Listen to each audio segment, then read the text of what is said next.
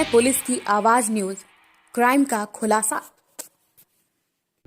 समाज सेवी बैठा धरने पर, मांग नहीं मानी तो जान देने की दी धमकी।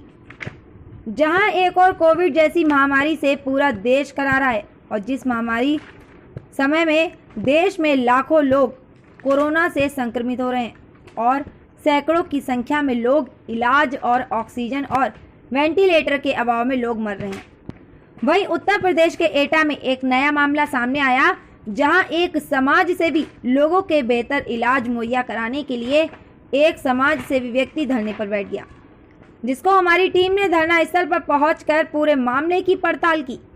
जी हां, हम आपको बता दें कि उत्तर प्रदेश सरकार ने जनपद एटा के स्वास्थ्य विभाग को 24 वेंटिलेटर भेजे थे, लेकिन स्वास्थ्य विभाग की लापरवाही और उदासीनता के चलते जिले से 18 वेंटिलेटर अलीगढ़ मेडिकल कॉलेज को वापस कर दिए, क्योंकि यहाँ के सीएमओ और सीएमएस ने केवल 6 वेंटिलेटर ही L1 और L2 कोविड हॉस्पिटल में इस्तेमाल किए और 18 वेंटिलेटरों का इस्तेमाल ही नहीं किया गया, क्योंकि यहाँ के सीएमओ और सीएमएस का कहना था कि उन वेंटिलेटरों को ऑपरेट करने वाला अस्पताल में कोई कर्मचारी नहीं था, इसलिए वो 18 वेंटिलेटर स्वास्थ्य विभाग ने वापस कर दिया।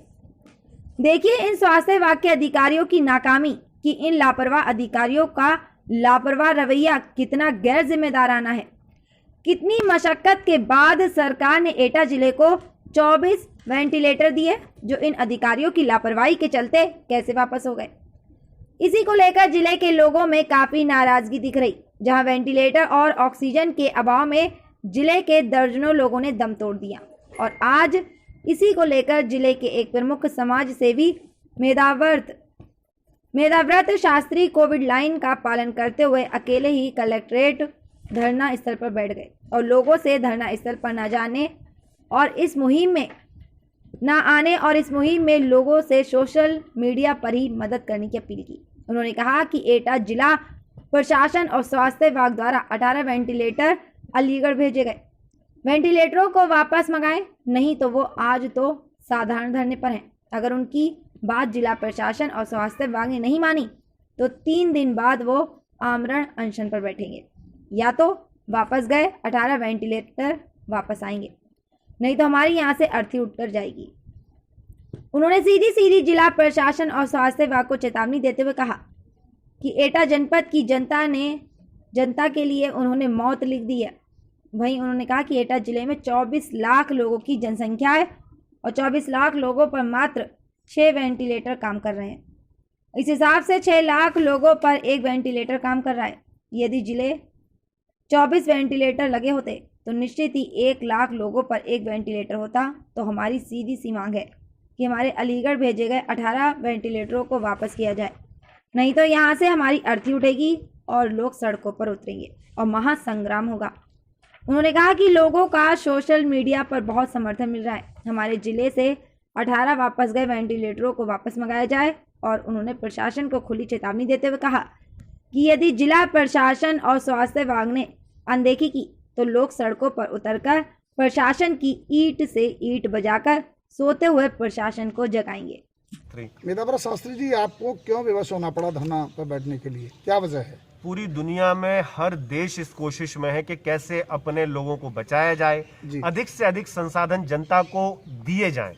लेकिन हमारे भारत में एक जनपद ऐसा है जिसमें जो संसाधन थे उन संसाधनों को भी दूसरे जनपद भेजा जा रहा है। 24 लाख की आबादी का ये जनपद है, लगभग 6 लाख लोगों पर यहाँ 1 वेंटिलेटर काम कर रहा है। जो स्टॉक में हमारे 16 वेंटिलेटर थे जिनका महामारी के इस चरण में उपयोग हो सकता था, उनको यहां से सीधे तौर पर अलीगढ़ भेज दिया गया है। अगर मैं इसे आपको सरल भाषा में समझाऊं, क्यों भेज दिया गया, क्या वजह है? यह कहा गया कि यहाँ ट्रेंड स्टाफ नहीं है जी। यदि यहाँ ट्रेंड स्टाफ नहीं है तो वो 4 कैसे चल रहे हैं?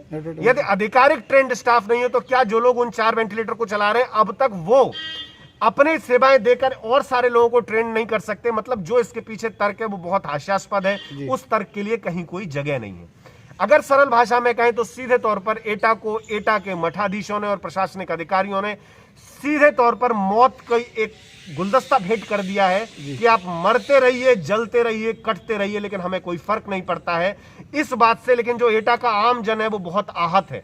और उस आहत का ये परिणाम है कि आज हमें धरने पर बैठना पड़ा, लेकिन सोशल मीडिया के माध्यम से लोग अपनी भावनाओं को इस तरीके से प्रकट कर रहे हैं कि मुझे लगता है कि आने वाले कुछ दिनों में पूरा का पूरा एटा कहीं इस मुद्दे को लेकर सड़क पर ना हो। शास्त्री जी, 4 विधायक हैं एटा से भाजपा के, एक सांसद है यहाँ से और एक फरुखाबाद सांसद भी आते हैं, 2 सांसद हैं, 3 सांसद हैं यहाँ और 4 विधायक हैं। क्या मानते हैं उनसे ये पीड़ा आप लोगों ने या लोगों के जिले के लोगों ने नहीं बताई उन्हें? थोड़ा सा शुद्ध कर दूं आपको, एक राज्यसभा के सांसद हैं हरनाथ सिंह जी, एक मुकेश राजपूत जी हैं, एसपी सिंह बघेल हैं जी, और राजवीर सिंह राजू भैया मुख्यमंत्री जो थे यहाँ कल्याण सिंह जी, उनके बेटे हैं जी। इतने तो यहाँ सांसद हैं जो इस जनपद की जो दुर्दशा है उसकी आवाज उठा सकते थे जी, और सारे के सारे सत्तारूढ़ दल के यहाँ विधायक हैं जी। लेकिन अब तक किसी ने ये कोशिश नहीं की कि उस वेंटिलेटर के संदर्भ में कहीं कोई प्रयास किया जाए ताकि वो वेंटिलेटर यहाँ वापस आए। हमें क्यों धरने पर बैठना पड़ा? यदि हमारे जनप्रतिनिधि इस आवाज को उठाकर मुखर रूप से उठाते तो हमें क्या आवश्यकता थी कि अपनी जान को जोखिम में डाल के हम यहाँ बैठते। लेकिन एटा के लोगों को ये आवाज तब लगानी पड़ रही है कि जब हमारे जनप्रतिनिधि एकदम से निस्तेज हो गए हैं, लगभग मूर्छा में हैं। अगर ये वेंटिलेटर वापस नहीं आते हैं तो आगे की रणनीति क्या रहेगी आपकी? हम 3 दिन बाद आमरण अनशन रखेंगे, या वेंटिलेटर आएंगे, नहीं तो यहाँ से हमारी अर्थी उठ के जाएगी। लेकिन एटा की लोगों की सेहत के साथ कहीं कोई खिलवाड़ नहीं होने देंगे हम, चाहे उसके लिए अपने अस्तित्व को दांव पे लगाना पड़े। धन्यवाद।